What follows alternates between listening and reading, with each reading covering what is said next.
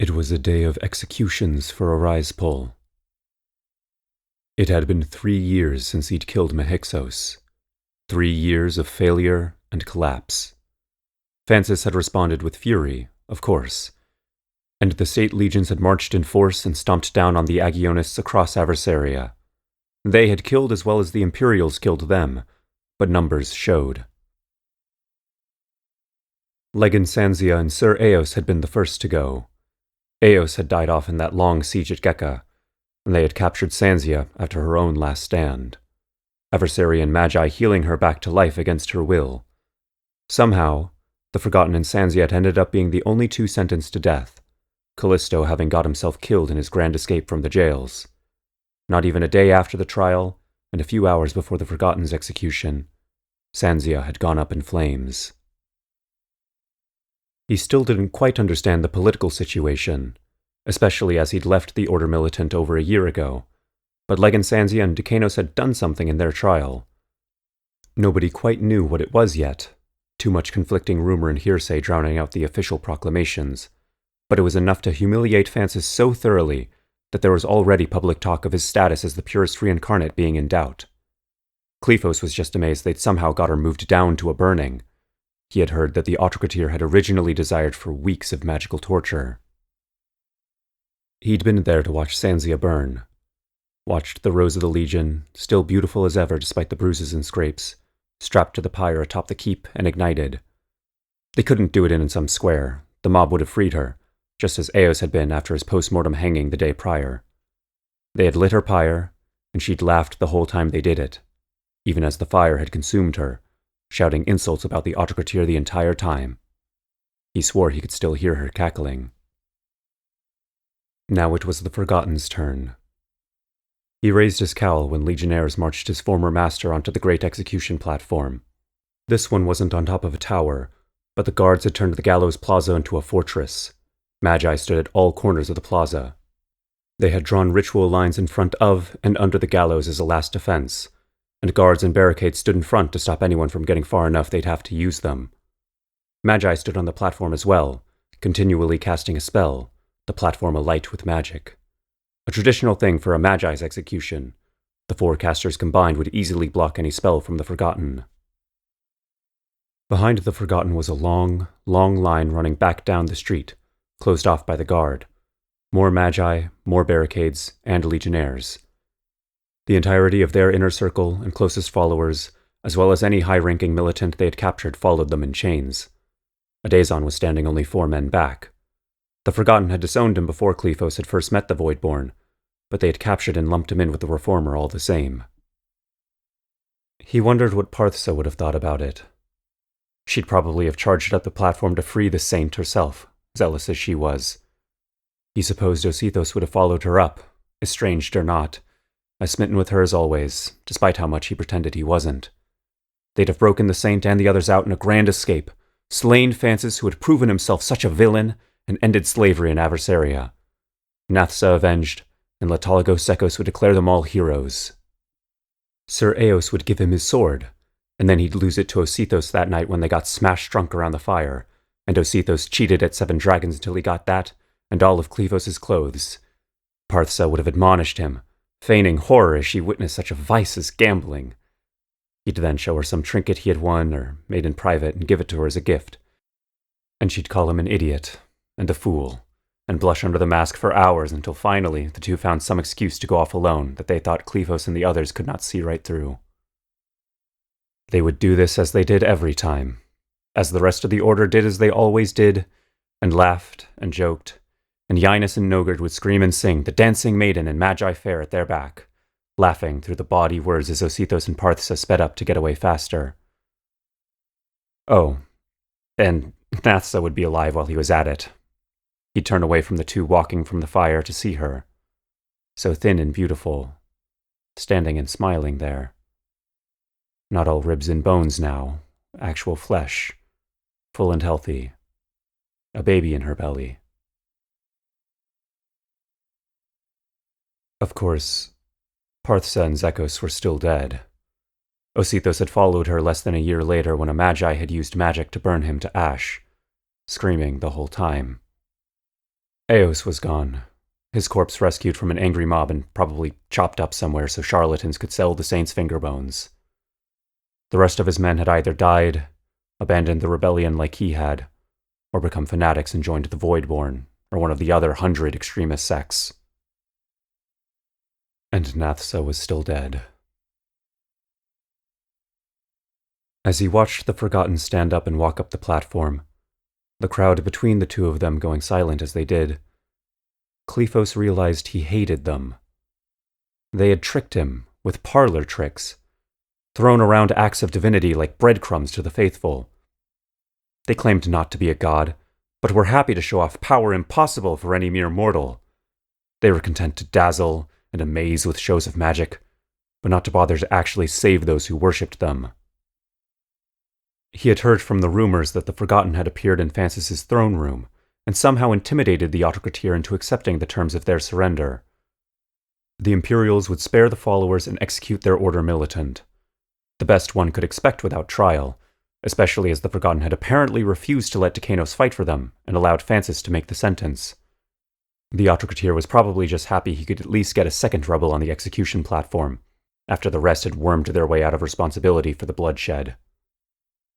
Of course, the Forgotten had also ordered that their Militant were only to be executed after them, and so now they all stood, sacrificed for reasons beyond Kleiphos.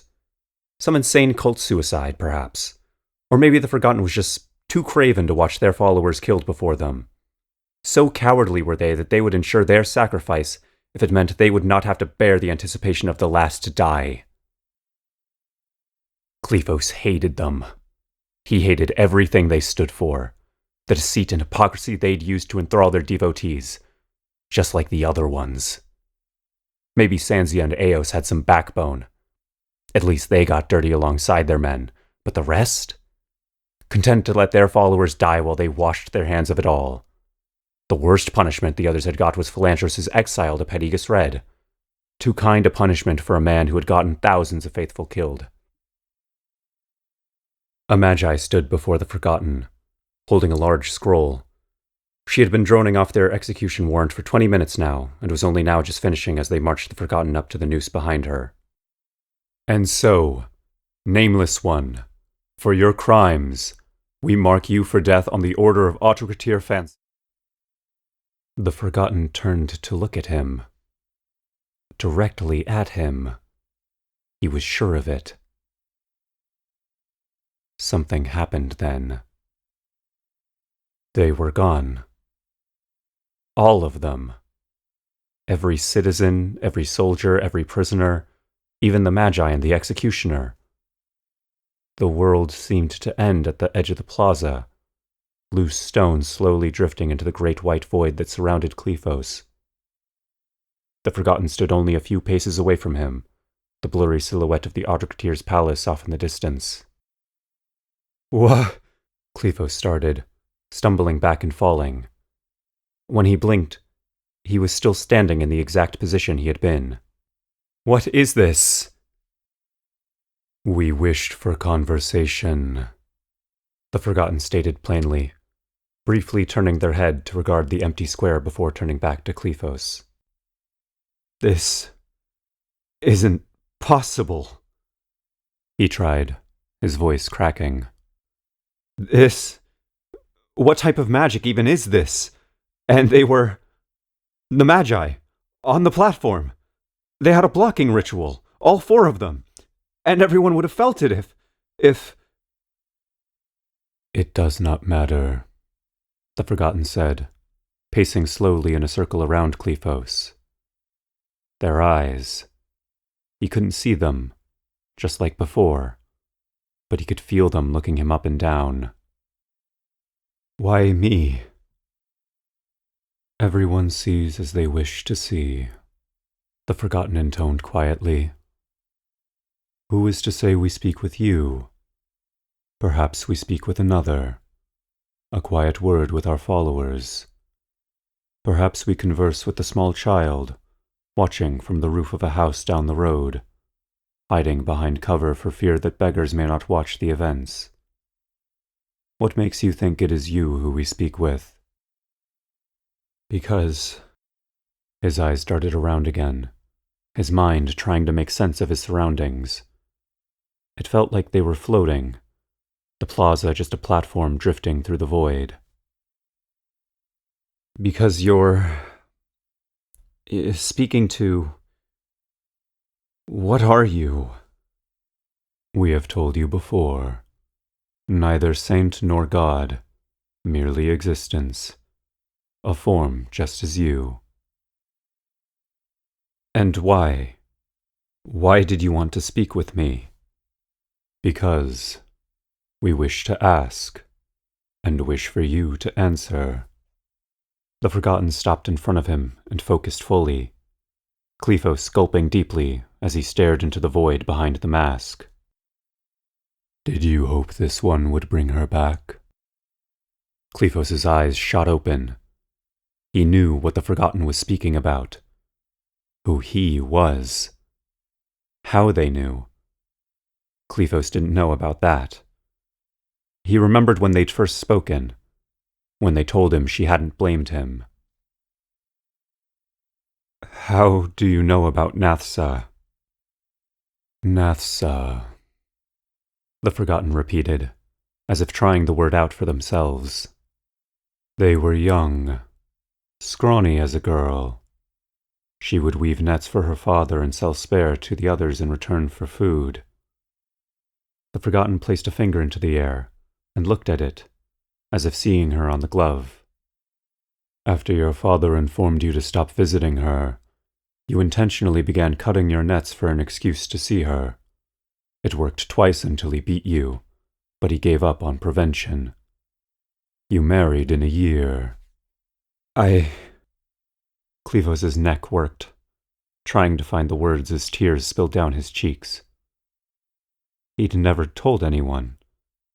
His corner of Malkos was long wiped out, raised in some war or another while he had been away. His father dead of cancer a decade prior, and even Osithos and Parthsa had only known the most basic version of his life.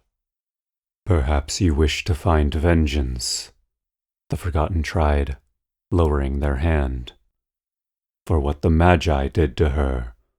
For... Enough! Kleiphos shouted, balling his fists in anger. How dare you! The Forgotten's head tilted slightly. Not confused. That seemed too human and too fallible for their expression. It was more like they were merely curious why he had interrupted. I buried her years ago. I didn't join for Nathsa. I carry her with me, but I did not join for her. I never once went out to avenge her. I never even knew the name of the Magi. Do you not wish to know? Know the name? Perhaps the ritual the blood was for. I don't. I joined because... Why don't you know? You know everything, apparently. You name my thoughts, my feelings, you see my past, you claim you're not a god, but you talk of things you cannot know. The Forgotten hummed? It wasn't musical or worried. It was just a low and melodic noise, as if they were trying to find words to fill the air and failing to. The cobbles of the plaza were crumbling away now, even the more solid ones, the buildings framing them slowly collapsing into the void. He suddenly got the impression that the Forgotten was... like steam. The Forgotten seemed to steam. It wasn't water. He could tell for reasons that escaped him that this was magic leaking from their form. This one is powerful, they intoned, opening a hand and sweeping it lightly to the side, as if showing Kleiphos the extent of their domain. You may call this the afterlife, or the other world, or the land of dreams or magic. There is much within this void, many things whispered. All we do is listen and observe while we wait to return, again and again, forever. Kleiphos looked off into the abyss again, at the distant rolling clouds that hazed over everything just beyond his view. If that was true, then how was he here? Or did it mean that the Forgotten had simply dragged themselves into their own mind? He didn't know. He imagined that even if he were a Magi, he'd be just as lost. We see all, but we do not understand. We know the words, but not the feeling. We sense the scar, but cannot imagine the pain. Motives are emotion. They are not fact. This one cannot tell you your reasons, as we cannot tell any others. We can only assume, and guess, and watch, and watch. They finished, their hands carefully clasped before them now. We can only dissipate, then return, and then away again. We leave and return, and each time we learn something new, but we can never learn this. Perhaps this is our failing, and the reason the gods continue forward. Kleiphos tried, trying to process the words. I joined because I needed something to believe in. So you believed in this one. You put your faith into saints and divinity, despite the teachings. I just needed something to follow. I needed some sense in the world. I needed to believe there was something greater. A cause, a god, justice, something good that could end evil, protect the weak. No! Something to give you the strength to have stopped them, to have not hid while they dragged Nathsa away. Kleiphos fell silent at that, choking back fresh tears. We thank you. We told you once that the path you walked down was dangerous, with no ending of joy, with only pain. The Forgotten swept a hand at the platform, and the rest of the prisoners stood there now. They were not moving, frozen in place, but they were all the same. They will not end in joy. Their finger pointed up to one figure. Adazon? One day we shall name them traitor, or zealot. Others will call them heretic, or hero. If we return, then it will be long after their death, though perhaps we will be forced to deal with their failures.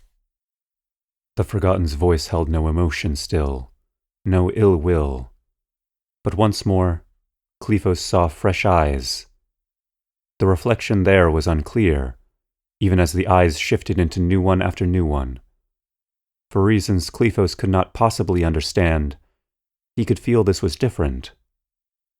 Before he had seen the past.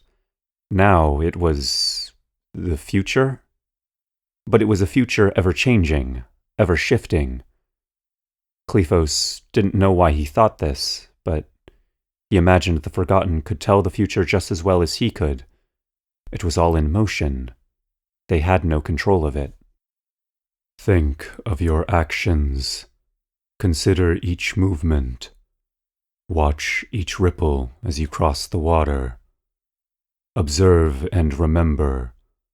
Think upon divinity and its failures. Remember the rejection of the icon. We ask no more, though we know what will be forgotten. They said, turning away from Kleiphos and walking away. What are you? Kleiphos called after them. But the rest of the plaza was crumbling away now. The stones tumbled away towards him, and the approaching haze consumed the Forgotten Saint. He blinked, and the people returned. The plaza, just as it had been before their conversation. Nothing had changed. Nobody had moved. Everyone still whispering to one another, or hushed to silence by the declaration of execution. This, who in his infinite grace and wisdom, as the reincarnation of the purest and leader of the first men, and the greatest of magi, and first among humanity, has decreed that thereafter your followers should face similar punishment. We shall hang you immediately, and the name of the Nameless stricken from all records. I speak this warrant on the authority of Aautokratir Phancis, and I, Magi Dalandea, hereby swear on my life that I shall follow this writ. She closed the scroll. Kleiphos blinked. They were gone. Everyone gasped, the entire crowd bursting into shocked murmur as Magi Dalandea turned around and screamed, demanding to know where they had gone. Kleiphos stared as the crowd went to uproar, slack-jawed beneath his cowl. The Magi Dalandea picked up the mask of the saint, apparently the only thing remaining of them on Eris. Magical energies seemed to still be burning off the inside, and the 4 magi who had been performing the counter-ritual stood stupefied, and started desperately scrying for the saint at Dalandea's panicked order.